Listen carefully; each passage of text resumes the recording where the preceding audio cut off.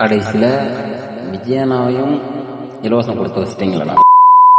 ஆக்சுவலா தான் பண்ணும். ஏன்னா இந்த மக்கள் நீ நல்ல ஆட்சி தந்துடுவேன், மக்களோட பொருளாதாரத்தை உயர்த்திடுவேன், இந்த மாதிரிலாம் சொன்னா ஓட்டு போடாது. நான் உனக்கு ஓசியில அதை தரேன் இதை தரேன்னு சொன்னாதான் ஓட்டு போடும். ஏன்னா அப்படிதான் மாத்தி வச்சிருக்கானுங்க இந்த திமுக அதிமுக எல்லாம். சோ அப்ப அவங்களுக்கு அதான் கரெக்ட். ஸோ விஜய் நான் எடுத்த முடிவுலாம் கரெக்டு தான். பட் இந்த ஒரு சில விஷயம் நான் அக்செப்ட் பண்ண மாட்டேன். அந்த 2500 மாசம் கொடுக்கறது அதை தான் அவனுங்க பண்ணானுங்க.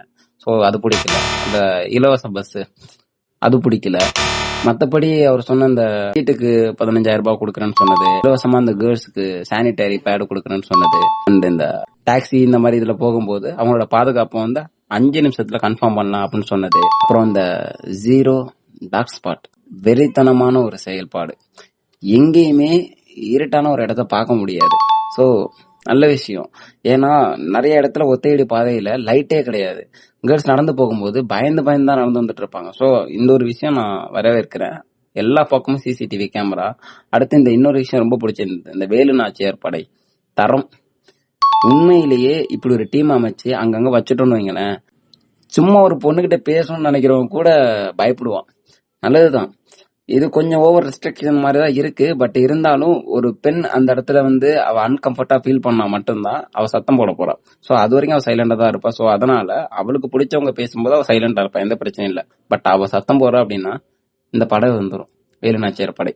ஸோ தரமான ஐடியா, அதை நான் அக்செப்ட் பண்றேன். மற்றபடி இந்த பஸ் மாசம் 2,000 ரூபா கொடுக்கறது, சிலிண்டர் கூட 6 சிலிண்டர் வருஷத்துக்கு ஃப்ரீயா தரேன்னு சொன்னார். இவனுங்க சிலிண்டர் கொடுத்துட்டு மானியம் தரேன்னு சொல்லி சொன்னானுங்கல்ல, அந்த கான்செப்ட் தான் ஆல்மோஸ்ட்.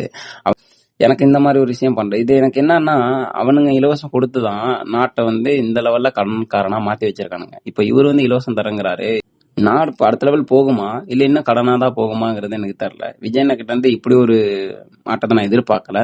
பட் அந்த மாற்றத்துக்கு காரணம் மக்களாகிய நீங்கள் தான். நான் உங்களை மட்டும் தான் குறை சொல்லுவேன். ஏன்னா நம்ம காசை ஒருத்தன் திருடிட்டு ஆட்சி பண்ணிட்டு இருக்காங்கிறத மறந்து நீங்க என்னைக்கு வேற ஒருத்தவங்களுக்கு வாக்களிச்சு புதுசா ஒரு மாற்றத்தை எதிர்பார்த்து வரீங்களோ அன்னைக்கு இந்த நாடும் ஆயிடும். ஆனா நீங்க எவன் இலவசம் தரோம், இலவச ஓசி எவன் ஓசி தரானோ அவனுக்கு தான் ஓட்டு. ஏன்னா நீங்க எல்லாம் சோறு தான் திங்கிறீங்களா என்னன்னு தெரியல, அந்த மாதிரி ஓசி தரவனுக்கு தான் ஓட்டு போடுறீங்க. அதனாலதான் இன்னைக்கு மக்களுக்கு நல்ல ஒரு மாற்றம் கொண்டு வரும்னு சொன்ன விஜயண்ணாவே இலவசம் தரேன்னு சொல்றாரு. ஆனா அவர் சொன்ன சில திட்டம்லாம் அக்செப்ட் பண்ணிக்கிறேன். எந்த பக்கம் நிக்கிறதுனே தெரியலடா எனக்கு.